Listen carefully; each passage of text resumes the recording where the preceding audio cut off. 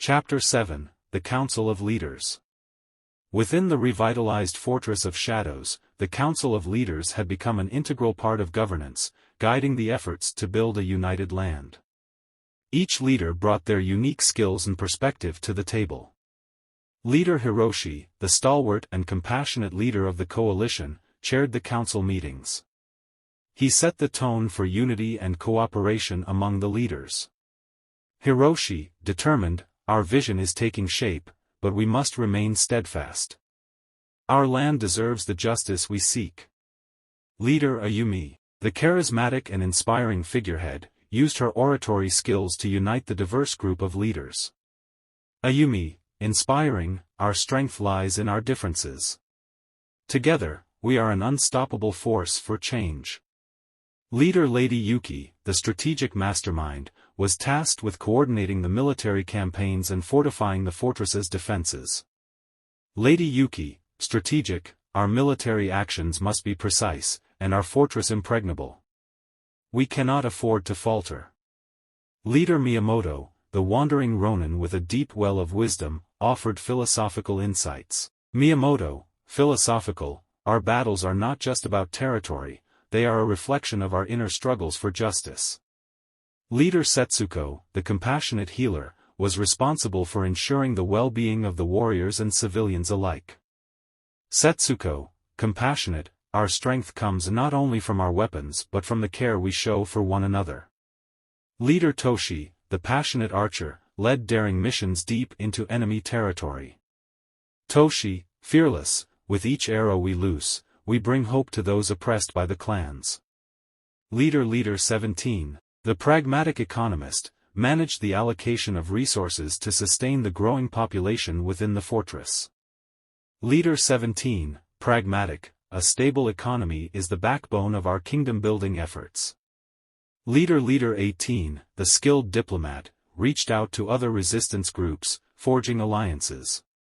Leader 18, diplomatic, "Unity with like-minded groups strengthens our cause." Leader Akio, the elderly sage, was the moral compass of the council, offering guidance on preserving the diverse cultures of their land. Akio, wise, "Our land's history is rich. Let us honor its tapestry of traditions." The council meetings were a dynamic exchange of ideas, strategies, and concerns. They discussed everything from military tactics to agricultural initiatives, all with the overarching goal of building a united land where justice and freedom prevailed. As the coalition's influence grew, so did the challenges they faced. Reports came in of oppressive clans mounting counteroffensives, and tensions within the council sometimes ran high as they debated the best course of action. The Council of Leaders, while united in their vision for a united land, faced a series of challenges that tested their resolve and cooperation. Leader Hiroshi, the charismatic chairman, addressed the council with a stern but determined tone. Hiroshi, resolute, "Our successes have not gone unnoticed. The oppressive clans are retaliating with increasing force." Leader Ayumi, the inspirational speaker, emphasized the importance of staying true to their principles. Ayumi, inspiring, "In the face of adversity, our commitment to justice and unity must remain unwavering." Leader Lady Yuki, the strategic genius, laid out the latest reports on the oppressive clans' movements. Lady Yuki, strategic, "We must anticipate their tactics and strengthen our defenses accordingly." Leader Miyamoto, the wandering ronin, offered his philosophical perspective. Miyamoto, philosophical, "Our battles are a reflection of our inner journey. Let us not forget the values we fight for." Leader Setsuko, the compassionate healer, expressed concern about the toll the conflict was taking on their warriors. Setsuko, concerned, "Our fighters need respite and care. We must not let their spirits wane." Leader Toshi, the fearless archer, shared the latest reconnaissance findings from deep within enemy territory. Toshi, determined, "The oppressive clan's desperation is evident. We must seize this opportunity to weaken their hold." Leader 17, the pragmatic economist, presented a detailed plan for resource allocation. Leader 17, pragmatic, efficient use of our resources is vital to sustaining our growing population. Leader 18, the diplomatic envoy, discussed the progress made in forging alliances with other resistance groups. Leader 18, diplomatic, our network of allies is expanding, bolstering our strength. Leader Akio, the elderly sage, reminded the council of the importance of preserving their cultural heritage. Akio, wise, in our quest for justice, let us not forget the beauty of our diverse traditions. While the council discussed their strategies and concerns, the fortress's population continued to grow. The liberated civilians had become an integral part of the community, contributing their skills and knowledge to the cause. Villager 6, a skilled blacksmith who had once been oppressed by the clans, addressed the council with gratitude. Villager 6, grateful, you've given us a chance to reclaim our craft and our pride. The Council of Leaders, despite the challenges they faced, remained determined to build a united land. Their collective strength and the bonds they had forged were the bedrock of their movement. As the Council of Leaders grappled with the challenges of their mission, they found solace in the growing sense of unity and progress within the fortress. Hiroshi, appreciative, our unity is our greatest strength.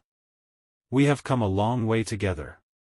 Ayumi, hopeful, each day, we bring our land closer to the justice it deserves. Lady Yuki, optimistic, our influence grows, and with it, the hope of our people. Miyamoto, reflective, our experiences are shaping not only our land but ourselves. Setsuko, proud, we are not just building a kingdom, we are forging a community. Toshi, respectful, the warrior's courage knows no bounds. Leader 17, impressed, our fortress has become a model of sustainability. Leader 18, positive, our unity extends beyond these walls. Akio, grateful, in this fortress, we are preserving the heart of our land. While the council discussed their progress and their vision for the future, their actions spoke volumes. The fortress's population had not only grown in numbers but in determination. Villager 7, a skilled architect who had once suffered under the oppressive clans, pointed to the newly constructed buildings. Villager 7, proud, we are building not just walls but a brighter future. Children, who had known only the shadow of oppression, played freely within the fortress's walls. Their laughter echoed through the courtyards, a testament to the hope that now flourished. The Council of Leaders, as they continued to address the challenges ahead, were comforted by the knowledge that their united front was transforming not only their fortress but the very fabric of their land. As the Council of Leaders pressed forward in their quest for a united land, a new challenge arose, one that would test their loyalty and their commitment to justice. Leader Hiroshi, the steadfast chairman, addressed the council with a furrowed brow.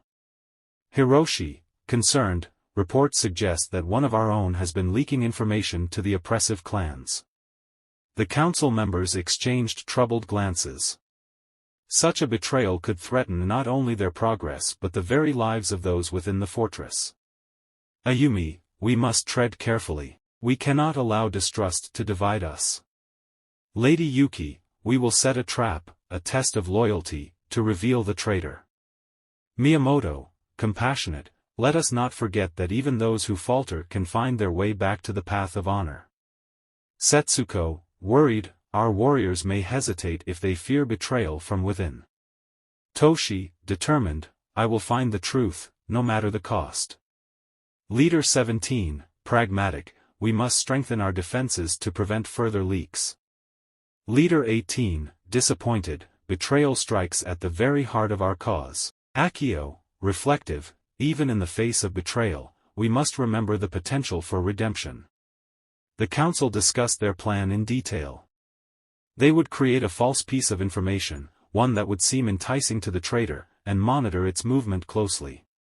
As they set their plan in motion, the atmosphere within the fortress became tense. Trust, the very foundation of their unity, was put to the test. Civilians and warriors alike watched one another with a mixture of concern and suspicion. Villager 8, who had once been a victim of the oppressive clans, approached Hiroshi with a worried expression. Villager 8, anxious, can we truly trust one another now? Hiroshi, his heart heavy with the burden of leadership, placed a reassuring hand on the villager's shoulder. Hiroshi, reassuring, our unity has carried us this far, and it will see us through this trial. The mission to uncover the traitor began, led by Toshi and a select group of warriors. The fate of their fortress and the progress they had made hung in the balance.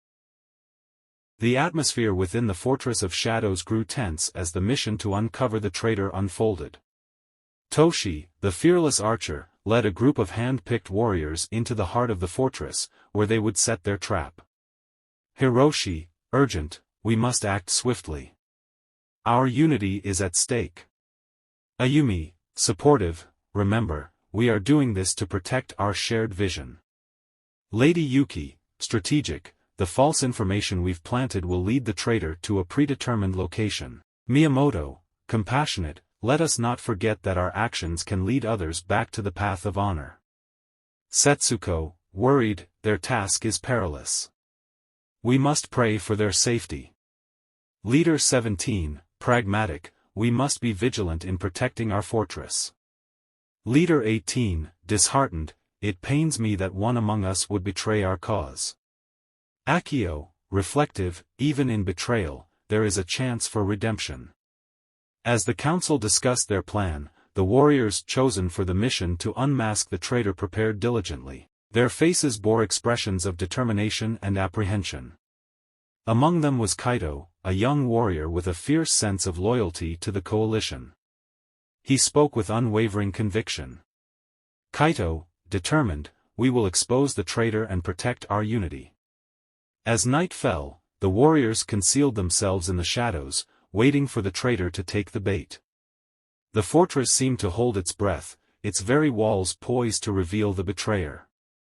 In the heart of the fortress, the traitor, driven by greed and desperation, moved cautiously toward the false information, unaware that their actions were being closely monitored. Toshi, her bow steady and her aim unwavering, watched from the shadows. The trap was set, and their hearts pounded with anticipation. The traitor arrived at the predetermined location, their silhouette illuminated by a faint, flickering torch. As they reached for the false information, a hushed voice called out from the darkness. Toshi, steely, you've walked into a web of justice, traitor. The confrontation was swift and intense. The warriors moved with precision, aiming to subdue, not harm, the traitor. In the ensuing struggle, the traitor's identity was revealed, sending shockwaves through the fortress. The traitor, once considered a trusted ally, had been unmasked, their motives laid bare. As they bound the traitor, Kaito couldn't help but feel a sense of betrayal himself. Their unity, the very essence of their cause, had been tested and found resolute.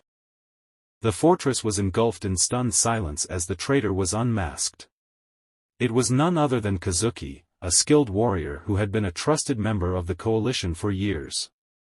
Kaito, the young warrior who had been among those to apprehend Kazuki, was torn between shock and anger. Kaito, angry, Kazuki, how could you betray us like this? Kazuki, his face contorted with regret, did not meet Kaito's gaze. Kazuki, remorseful, I was desperate. I thought I had no other choice. Hiroshi, disappointed, betrayal weakens us all. We had trusted you with our cause. Leader Ayumi, known for her empathy, was visibly hurt by the betrayal. Ayumi, hurt, we believed in your loyalty, Kazuki. Leader Lady Yuki, ever the pragmatist, focused on the immediate consequences. Lady Yuki, pragmatic, we must secure Kazuki and gather all the information he possesses. As Kazuki was led away, the fortress remained in a state of unease. Trust had been shattered, and the bonds of unity felt fragile. Setsuko, sad, our fortress was built on trust. This betrayal has shaken us to our core. Leader 17, cautionary, we must be vigilant for further attempts at sabotage. Leader 18, sorrowful, our cause remains just, but the path ahead is now treacherous. Akio, reflective, even in betrayal, there is a chance for redemption. We must decide Kazuki's fate wisely. The Council of Leaders, grappling with this unexpected crisis, knew that their unity and purpose had been severely tested. They were determined to weather this storm and emerge stronger, but the fortress was now a place of uncertainty, and trust would have to be rebuilt. As the hours passed, a chilling thought gripped the council. What if Kazuki was not the only traitor among them? The council members exchanged wary glances, their thoughts haunted by the possibility of more shadows lurking within their midst.